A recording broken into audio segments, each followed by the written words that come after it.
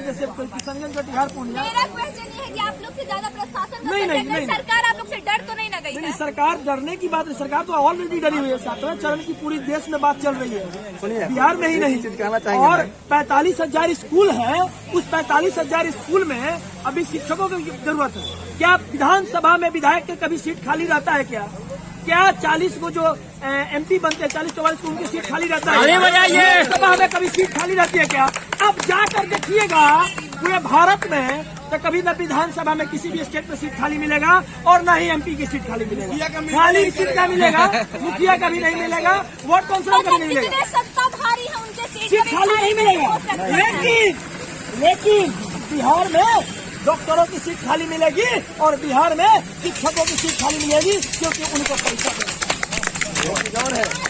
सही है, जैसे अगर बात कर ले मोकामा उपचुनाव था, गोपालगंज उपचुनाव, तुरंत चुनाव होने लगा क्योंकि सीट खाली है, लेकिन शिक्षकों का क्यों नहीं होता है? हम यही कहना चाहेंगे, शिक्षा से सारी चीजें जुड़ी हुई है, चाहे वो डॉक्टर हुए और चाहे इंजीनियर हुए, चाहे माननीय मुख्यमंत्री, सभी को एक गुरु ने पढ़ाया, एक आदर्श व्यक्ति बना है, चरित्र का अच्छा निर्माण किया है। लेकिन ये लोग डरते किस लिए है? यदि समाज में शिक्षा को बढ़ावा देंगे, जो बेरोजगार युवा पढ़े लिख करके रोजगार ढूंढ करके बिहार को शिक्षित करेंगे, तो मेरा रोटी तो फिर जलने लगेगा, उल्टी पलटी की राजनीति तो चलेगी नहीं। तो ये अपने राजनीति के लिए दूसरों को बलि को बकरा बनाते हैं।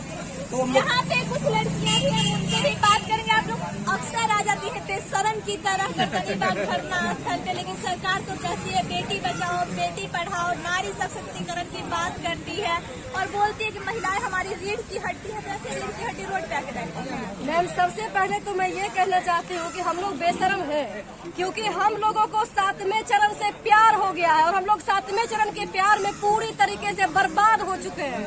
इसको आबाद अब 7वें चरण के नोटिफिकेशन के द्वारा ही किया जा सकता है। क्या लगता है आपका प्यार पर आबाद होगा कि बस प्यार बन के ही रह जाएगा? अब देखिए मैम, ये तो गवर्नमेंट पे डिपेंड करता है, क्योंकि गवर्नमेंट जिस तरीके से आश्वासन देती है, आप तो खुद मैम देखी होंगी कि हम लोग दुर्गा पूजा के टाइम में JDU ऑफिस, BJP ऑफिस का चक्कर लगा रहे थे और दिवाली के टाइम में भी हम लोग आए थे, बट अनफॉर्चुनेट था कि हम लोग किसी से मिल नहीं पाए।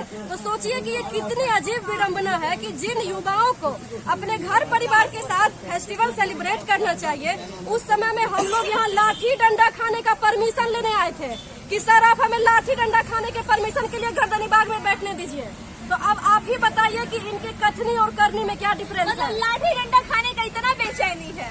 अगर उनको लाठी डंडा मार के ही खुशी मिलता है ना, तो हम लोग कहते हैं कि आप 4 लाठी मार लीजिए, लेकिन उसके बाद भी नोटिफिकेशन दे दीजिए। आप गार्जियन है ना, अगर आप हमें मार सकते हैं तो हम लोगों को प्यार भी आप ही को करना पड़ेगा ना, कि हम योगी जी से जाएंगे रोजगार मांगने के लिए, हम पड़ोसी राज्य से नहीं ना जाएंगे रोजगार मांगने के लिए, आप ही से रोजगार मांगेंगे। क्या लगता है लाठी डंडा खाने के बाद भी रोजगार मिलेगा? इसी उम्मीद से तो आए, इसी उम्मीद से और दूसरे जिला के सारे अभ्यर्थी आए हैं ताकि हमको रोजगार मिले। और माननीय मुख्यमंत्री जी बार जो ठगने का हम लोग को काम करते हैं वो बंद कीजिए। तो आप लोग ठगा क्यों जाती हैं? अरे तो क्या करे, वो हमसे संपन्न है, हम उसे लड़ाई नहीं कर सकते हैं, जाकर उन पर बंदूक नहीं डाल सकते। हमारा काम है आंदोलन करना, इस आंदोलन से जीतना। आंदोलन करना काम है, लेकिन आंदोलन के दौरान डंडा भी पड़ता है। कोई बात नहीं, डंडा खाने के लिए रेडी है, डंडा खा उसके लिए भी तो परमिशन देते हैं, डंडा खाने के लिए भी परमिशन देते हैं जाके थाना से कि भाई इज्जत से डंडा। हाँ बिल्कुल नहीं, कहते हैं भाई आओ तुम डंडा खाने का परमिशन दो हमें, तब ना। मतलब इज्जत और प्रेम के साथ डंडा खाने का।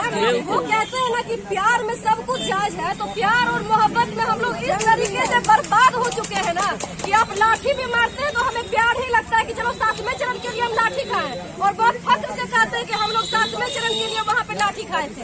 अब सोच लीजिए कि इनका किस तरीके का रवैया है कि हम लोग सच में बर्बाद हो चुके हैं, जिंदगी पूरी तरीके से बर्बाद कर दी है। और जब आप उनसे मांगने जाते हैं तो बोलते हैं कि हम तो बहाली कर रहे हैं। अरे आप किस तरीके का बहाली कर रहे हैं? जब आपके पास लाखों पद रिक्त है, तो जिसमें 200-400 वैकेंसी है ना, उसमें आप वैकेंसी ला रहे हैं, लेकिन शिक्षक की वैकेंसी जो कि लाखों में है, तो 2024 और 25 के पहले आपको नहीं सुनाई देगा।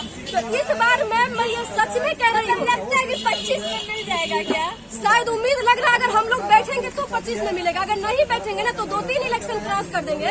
और इस बार मैं सच में ये कह रही हूँ कि चाहे 10 बच्चे बैठे चाहे 20 बच्चे बैठे, इस बार हम लोग उनके लॉलीपॉप से नहीं उठेंगे, क्योंकि इस बार हम लोग रन का आगाज करके आए और इस रन का अंत जो होगा ना वो बिल्कुल नोटिफिकेशन और शेड्यूल या कट ऑफ डेट से होगा। नहीं तो यहाँ जितने भी अभ्यर्थी होंगे हम लोग ठंड में जान दे देंगे। 7वें चरण के प्यार में हम लोग जान देने के लिए तैयार हैं। जितने भी अभ्यर्थी हैं इन लोग सब के सब यहाँ पर बैठ करके जान दे देंगे, मगर इस बार उठने वाले नहीं है। 25 में तो बहुत लॉन्ग टाइम होगा। 25 में तो ऐसे भी चुनावी लॉलीपॉप मिलने वाला है। हमको बहाली 22 में चाहिए। हम 22 की बहाली के लिए यहाँ बैठे। फिर आपको दिया जाएगा ना 22 में लॉलीपॉप दिया जाएगा ना 24 वाला दिया नहीं जाएगा। हमको नोटिफिकेशन का डेट दीजिए कि हम 22 से आप लोग तो हर बार नोटिफिकेशन का डेट ही लेने आती है, डंडा खाए घर जाती है। क्या करे तू मैम, इस तरह तो क्या मरता क्या नहीं करता।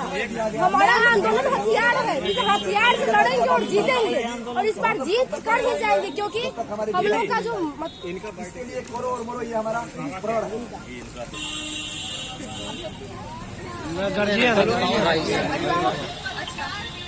बाईपास सही जगह हुआ है। सीटेड बीटेड के अभ्यर्थी के गार्जियन भी अब आंदोलन में बैठने को मजबूर है। अंकल यहाँ क्यों आए हैं? हम आए हैं कि हमारी बेटी जो है सो 2 बरस से सीटेट पास है 113 नंबर आया है 150 में, और मैं अथक परिश्रम करके उस बेटी को पढ़ाया और सोचा कि बेटी कमाएगी तो हमारी दुख 7 लाख 8 लाख मेरे देह पर कर्जा हो गए हैं, तो बेटी हम पढ़ाते हैं। लेकिन ये बेटी जो है सो 3 बरस से पढ़ करके बेकार है। पर साल मुझे हार्ट अटैक कर गया और मेरा बाईपास सर्जरी हुआ। बाइक से 7-8 लाख पर साल में 7.5 लाख का खेत लिखा हुआ, और खेत लिखे हैं कि मेरे ऊपर जो कर्ज था वो रोज आता था, मांगता था कि हमारा ब्याज है 2। मैं सोचा था कि मेरी बेटी सीटेट बीटेट पास कर गई, 113 नंबर है, और तुरंत जो है तो बहाली का हम 7वां चरण देखते थे, 6वां चरण कहिया खत्म। किसी दिन 3-4 पेपर पढ़ते हैं कि कब। चलिए कोई बात नहीं, नहीं कोई बात नहीं, पहले नहीं